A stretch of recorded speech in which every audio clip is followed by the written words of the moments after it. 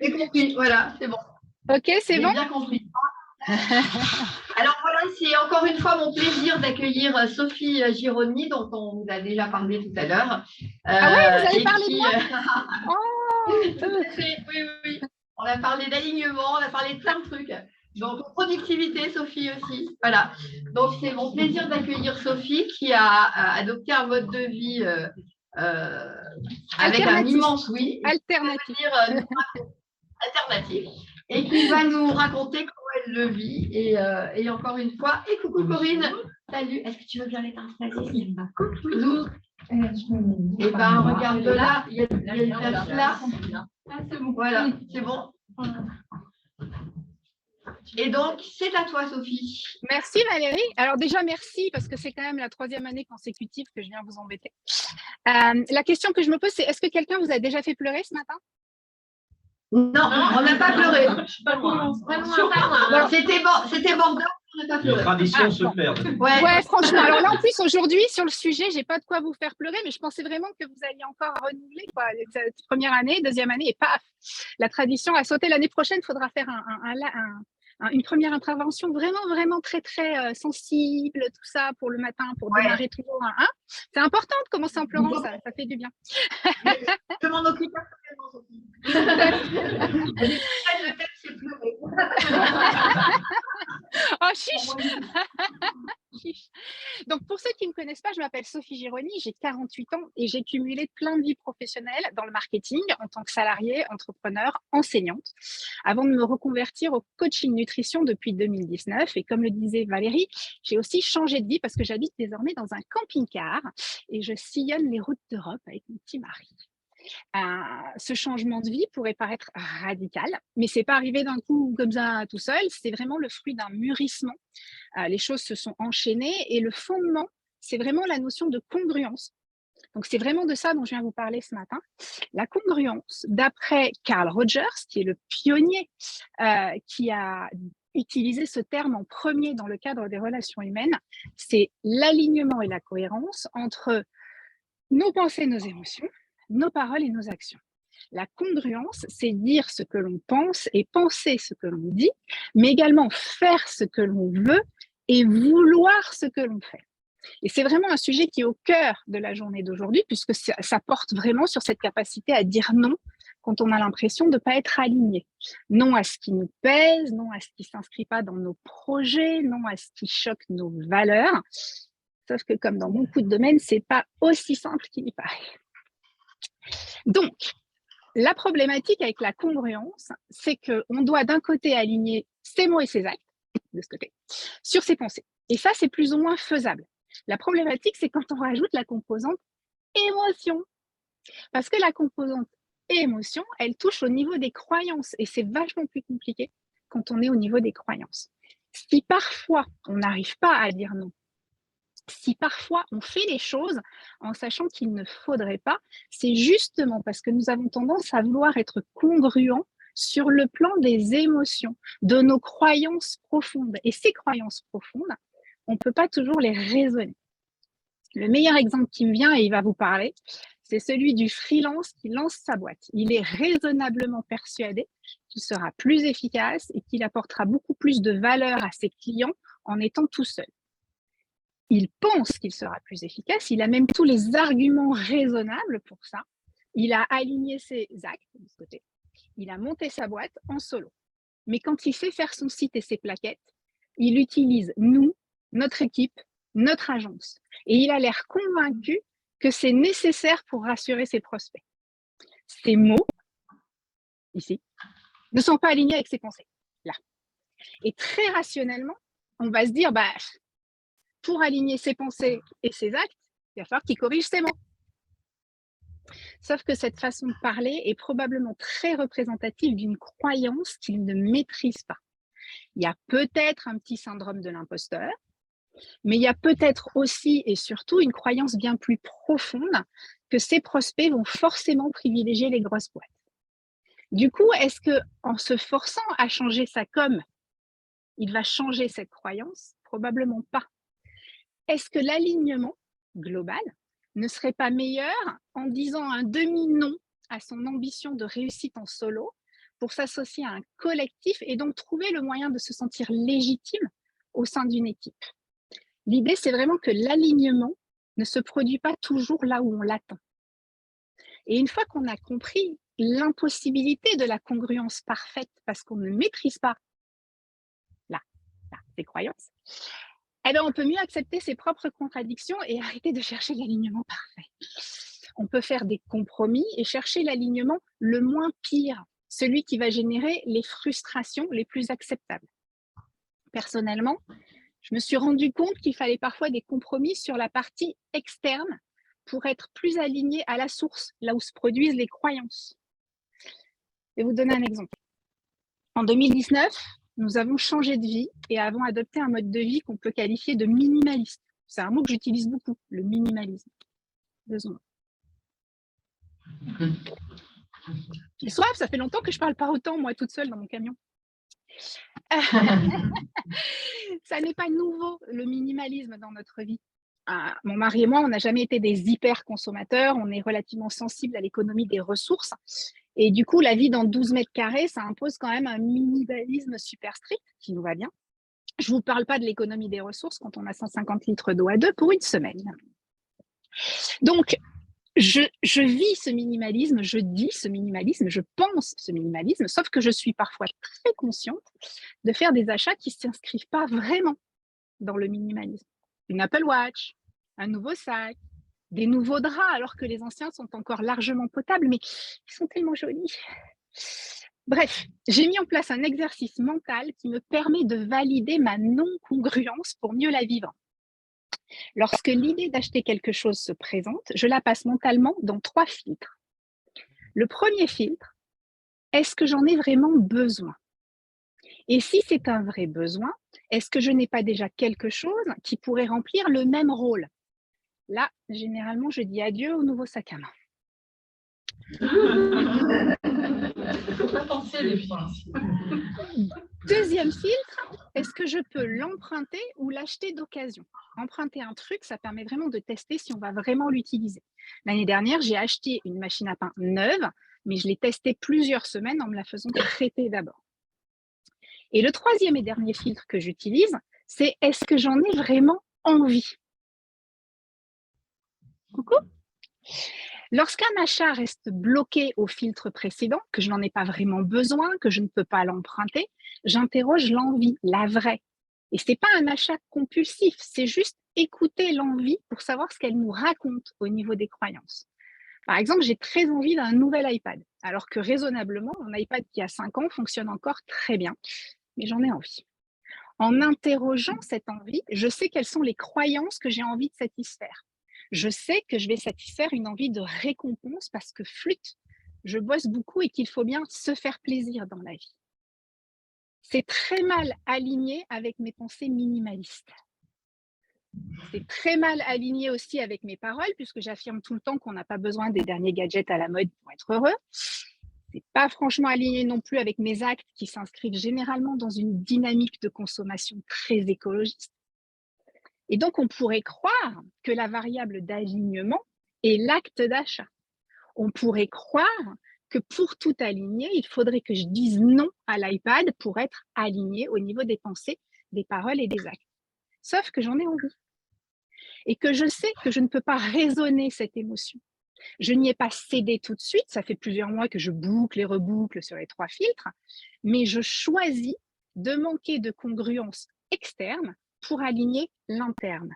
J'accepte les contradictions, mes contradictions, pour trouver un alignement moins pire. Et du coup, je révise un peu mes mots, mes pensées, et j'évolue dans ma façon d'être congruente. Autre exemple, qui va probablement aller un peu en contre-courant de ce que vous disent les autres conférences de la journée sur la capacité à dire non à un projet. Mais là, je vais vous faire vraiment rentrer dans ma tête. Mon changement de vie en 2019 s'est articulé en grande partie autour d'un besoin de me concentrer sur l'essentiel et d'arrêter la course à la réussite sociale pour revenir à des choses plus simples. L'idée, le leitmotiv, le truc qui nous motive vraiment, mon mari et moi, c'est travailler moins pour vivre plus. Pour ça, on a réduit nos charges et on a mis tout un tas de choses en place pour maximiser nos revenus tout en diminuant notre temps de travail. Aujourd'hui, on travaille 3 jours par semaine, du mardi matin au jeudi soir. J'appelle ça notre tunnel boulot, parce qu'à partir du mardi matin 8h jusqu'au jeudi soir 18h, on ne fait plus rien. On est en mode boulot, ce qui est super facile dans un camion de 12 mètres carrés. Il n'y a pas beaucoup de distractions. Donc, on est en mode boulot comme ça pendant 3 jours. On fait 30 heures, 32 heures sur 3 jours et c'est tout. Et on a donc 4 jours de week-end chaque semaine. Pour pouvoir arriver à ça, il faut faire des choix en termes de rentabilité. Si on ne veut pas travailler 50 heures quand on entreprend, on doit accepter de ne pas ou plus faire certaines choses pour se concentrer sur celles qui rapportent vraiment de l'argent. Et ça passe donc par dire non à plein de choses. Personnellement, j'ai dit non à plein de trucs. J'ai même dit non à une offre d'embauche dans des conditions parfaites, en travail à distance dans une boîte que j'aurais rêvé d'intégrer avant. Je me dis non souvent quand je commence à réfléchir à de nouveaux outils et que je me rends compte que j'essaye de réparer un truc qui fonctionne très bien comme ça. Ou quand j'arrête Instagram à titre pro parce que ça me gave, alors que j'ai vraiment essayé de me convaincre que c'était important pour mon activité. Ou quand je renonce à sortir une nouvelle offre de coaching alors que j'ai des clients potentiels, juste parce que je ne veux pas bosser plus de 3 jours par semaine, que c'est ça ma priorité. Mais j'ai aussi dit oui à des trucs qui raisonnablement, j'aurais pas dû les accepter en fait. J'ai dit oui, par exemple, à un projet de bouquin proposé par mon éditeur. Raisonnablement, c'est beaucoup de temps à investir sur un truc que j'ai jamais fait. Parce que j'ai écrit des livres de recettes, mais écrire des livres de recettes et écrire un vrai livre avec des vrais mots dedans, c'est très différent. C'est un retour sur investissement très faible parce qu'on ne vit pas avec les droits d'auteur, soyons très clairs, à moins d'être un auteur à succès et de sortir un livre tous les 6 mois. Et surtout, je ne peux même pas justifier ce livre en disant qu'il va me faire de la visibilité parce que la thématique du livre touche une audience qui n'est pas ma clientèle. Si j'avais écouté mes pensées, j'aurais dû dire non. Ça n'est pas aligné avec ma semaine de 3 jours de boulot. Ça n'est pas aligné avec la priorité que je donne à mes clients. Ça n'est pas aligné avec ma stratégie marketing. Ça n'est pas non plus aligné avec ma recherche de zénitude. C'est un manque d'alignement évident. Mais j'ai dit oui. Et très clairement, je suis dans la mouise en ce moment parce que j'avais sous-évalué le travail que ça représente. Et je me sens super frustrée parce que je suis en retard sur mon planning, mais j'ai dit oui. Parce que c'est aligné avec plusieurs croyances profondes que j'ai. Notamment la sortie de la zone de confort, le fait que j'ai encore des trucs à prouver, un gros symptôme de l'imposteur. Du coup, en disant oui ici, j'ai dit non là. Et la morale de cette histoire, et ça sera la conclusion, j'ai fait un truc super rapide, je suis contente, vous allez pouvoir aller manger, c'est que le problème, c'est pas seulement d'apprendre à dire non, mais de comprendre à quoi on dit non en mettant bien tous les aspects de l'alignement dans la balance. Parce que si vous n'alignez que la partie pensée, parole, acte, vous risquez de passer à côté de la congruence. Et même imparfaite, cette congruence qui inclut vos croyances et vos émotions, elle est essentielle parce qu'elle vous apprend à accepter vos contradictions et à faire au mieux pour vous. Parce que c'est bien ce qui est le plus important, faire au mieux pour vous plutôt que faire bien pour les autres.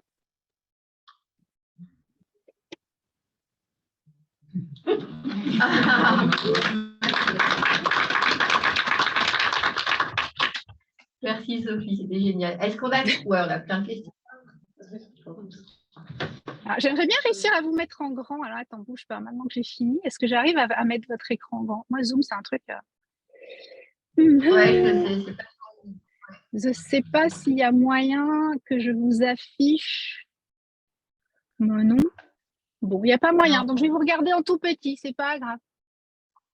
Bon, allez, il y a des questions pour Sophie. J'ai un truc, c'est pas obligatoirement une question, c'est juste un complément. La notion de congruence est dans ce que tu viens de développer. Merci beaucoup d'abord pour cette brillante présentation. J'arrive jamais à l'écarter de la notion d'ambivalence multiple et de dialogique qu'on a dans les théories des systèmes, et cher Edgar Morin. La notion de dialogique, c'est d'un côté j'aimerais bien ça, mais d'un autre côté j'ai ça. Puis en même temps je voudrais ça, et d'un autre côté j'ai ça. C'est toutes les contradictions humaines au final. C'est toutes les contradictions humaines. Là, d'ambivalence multiple, et notre congruence, elle est à l'intérieur de ça. C'est exactement ce que tu décrivais. Beaucoup. Mais Sophie, tu as vraiment peut-être des recettes, des tips qu'on arrive à…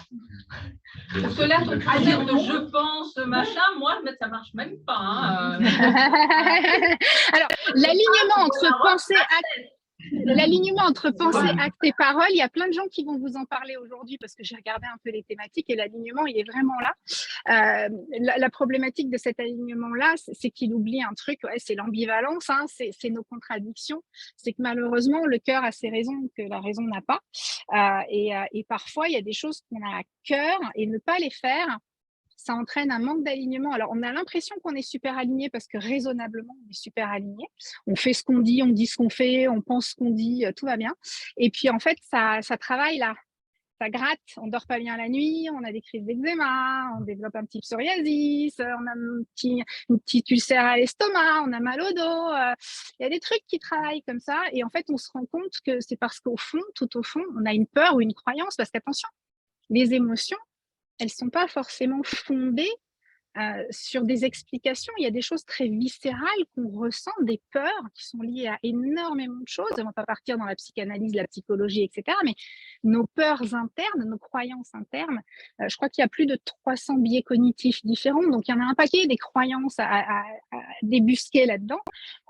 On ne peut pas les maîtriser, on ne les reconnaît pas forcément et elles s'expriment en fait souvent par ces espèces de malaise qu'on peut avoir parce qu'on a l'impression qu'on est super aligné, mais il y a un truc qui déconne. Il y a un truc au niveau de la santé qui déconne, il y a un fond d'angoisse qui est là, qui nous perturbe. On a l'impression qu'on oublie des trucs, qu'on ne fait pas tout ce qu'il faut. Et en fait, c'est juste parce qu'on a oublié d'interroger nos émotions. Moi, j'ai des clients que j'envoie chez des psys, chez des psychothérapeutes pour dénouer cette partie de croyance parce que c'est pas mon métier et clairement, ça joue énormément sur l'alignement global.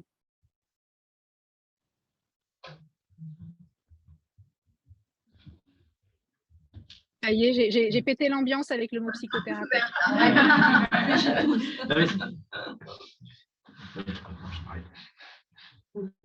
Tous, puisque il y a deux messieurs. Tous, ouais. Non, il est parti, il avait un truc à faire, mais non, il y a Julien, on a 3 messieurs aujourd'hui. Ouais. Juste sur le complément, parce que ça résonne. Moi, je fréquente beaucoup de gens que j'accompagne, particulièrement des chefs d'entreprise, qui ont des projets très alignés et donc dits congruents, qui sont en train de les détruire. C'est-à-dire que je suis tellement sûr de ma vérité et je sais que je suis cohérent, etc., qu'ils ne voient pas que leur corps lâche de toute part. Tout à fait, tout à fait. C'est une des causes du burn-out. Une des causes du burn-out chez l'entrepreneur, c'est ça, hein, c'est qu'il a l'impression qu'il est aligné avec ses valeurs, qu'il fait tout bien, etc., et il se détruit en fait. Donc, c'est la thématique un peu du livre que je suis en train d'écrire justement. Et c'est d'autant plus fort quand l'ensemble de l'alignement a été très travaillé et affiché, parce qu'à la fin, il contraint. Ça l'oppose vraiment à ses propres contradictions. Ça fait mal. Ça fait mal d'être se retrouvé opposé à ses contradictions aussi violemment. C'est douloureux. Hein. Ta deadline est pour bientôt? Le livre? Chez ton éditeur? En fait, c'était le 1er mars. Il est fini. Donc, non. Non, j'ai demandé une rallonge. J'ai eu un gros passage à vide en janvier-février à cause d'un Covid long qui me fait un peu chier. Et j'ai eu beaucoup de mal en fait à me concentrer plus de 2 heures. C'est là aussi que je me suis rendu compte que le fait d'écrire, être écrivain, c'est un travail vraiment particulier.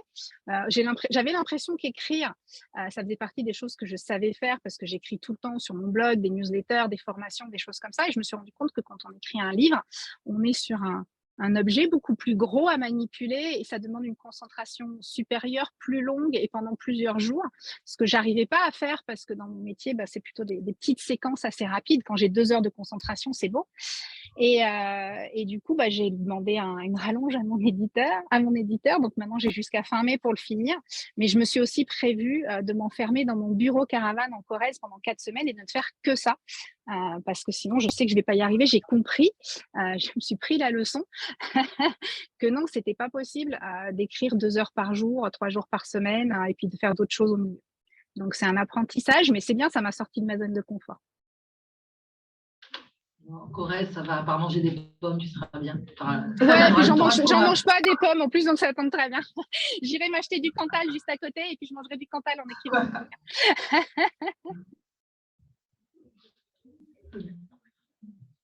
Ok. C'est fini? Good. Ton rapport à Instagram où tu dis que ça y est, tu as décidé d'arrêter ça, c'est pourquoi? Parce qu'il n'y avait plus d'alignement? Alors, c'est un peu compliqué. Alors, je parle d'Instagram à titre professionnel pour mon activité de coach en nutrition, parce que je suis toujours sur Instagram à titre perso pour voir les copains-copines, même si j'y vais pas beaucoup. Mais c'est vrai qu'Instagram faisait vraiment partie dans ma communication d'entreprise d'un gros levier. J'ai 12 ou 13 000 abonnés. C'est quelque chose qui a très bien marché quand j'ai lancé mon blog au début en 2016. Donc, j'ai lancé mon blog bien avant d'en faire mon métier. Et puis, en fait, il y a une espèce de course à la visibilité sur Instagram qui fait que pour remonter dans l'algorithme, on doit vraiment produire tous les jours du contenu qui est intéressant, qui va être partagé, qui va être commenté, etc. Sur des formats qui sont spécifiques à Instagram, c'est-à-dire que il faut faire des petits visuels. Si on a des idées à mettre dessus, il faut mettre les idées sur les visuels et il faut que ce soit joli pour les gens, que les gens aient envie de les regarder et de les lire. Il est impossible de partager des contenus tiers de manière efficace. On ne peut pas partager un lien vers une étude ou vers un article qu'on a trouvé intéressant. Donc, c'est vraiment très fermé. Et en fait, je me suis rendu compte que ça correspond. Alors, j'ai essayé de continuer, j'ai fait plein de choses, j'ai mis en place tout un nouveau process pour travailler sur des visuels qui soient super jolis, super affinés, que tout le monde ait envie de les regarder, etc. Et je me suis rendu compte en fait que ça me gavait parce que j'aime pas la pensée simple. Moi, je suis une adepte de la pensée complexe, donc j'aime écrire des gros articles de blog avec introduction, thèse, antithèse, synthèse, conseil, lien vers des trucs externes, etc. Ce qui est impossible à faire sur Instagram où on est vraiment dans le snack content, l'immédiateté, la pensée très réductionniste. Et j'aime pouvoir partager ce que je vois par ailleurs, ce qui n'est pas possible non plus sur Instagram. Donc, au lieu de m'enchaîner à faire, parce que j'y passais 50% de mon temps de productivité quasiment, créer des visuels qui soient adaptés en format pour pouvoir envoyer les gens vers mon blog, pour pouvoir créer des vidéos en moins d'1 minute pour passer des idées. Enfin, ça devenait vraiment très pesant en termes de charge de travail. Et en fait, je me suis rendu compte qu'en plus, ça ne me correspondait pas. C'est-à-dire que j'ai pas l'âme d'une drama queen qui raconte sa vie sur Instagram, parce que ça marche très bien, mais c'est pas moi. J'ai pas l'âme d'un photographe culinaire et j'ai pas une très grande cuisine avec tout un beau matos pour faire des photos de dingue, de plats que je mettrai en scène. Je suis une adepte de la nourriture simple, donc même mes assiettes à moi, elles font pas rêver. Et je suis pas une graphiste. Donc du coup, à un moment donné, c'était vraiment plus... C'était aligné stratégiquement avec ce que je devais faire pour ma boîte, mais ce n'était pas aligné avec celle que j'étais moi et ce que j'avais envie de faire. Et du coup, j'ai envoyé tout bouler il y a à peu près 1 mois et je ne vais plus du tout sur Instagram à titre pro. J'ai toujours mon compte, les gens me contactent et je peux répondre à leurs messages au travers de l'interface business de Facebook. Mais je n'utilise plus Instagram du tout. Je ne scrolle plus pendant des heures à regarder ce que font les autres, etc. etc. J'ai gagné un temps et une sérénité absolue. Et je n'ai pas perdu de clients jusqu'à présent, donc tout va bien. Cool. Merci. On est bon? Bon. Eh ben, il me reste à te dire merci 1000 fois, encore une fois. Du coup, tu nous envoies le... Oui, pardon.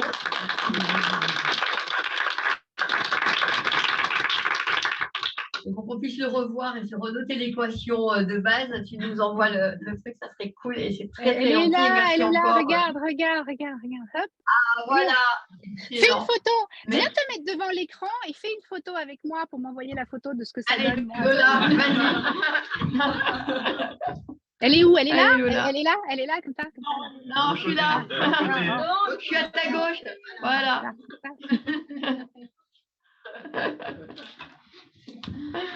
Bon. Merci beaucoup à tous. Très bonne fin d'événement. Merci encore à Valérie de m'avoir invitée. Et puis à l'année prochaine, j'essaierai peut-être de vous faire pleurer l'année prochaine. Bye. Bye. Salut, merci.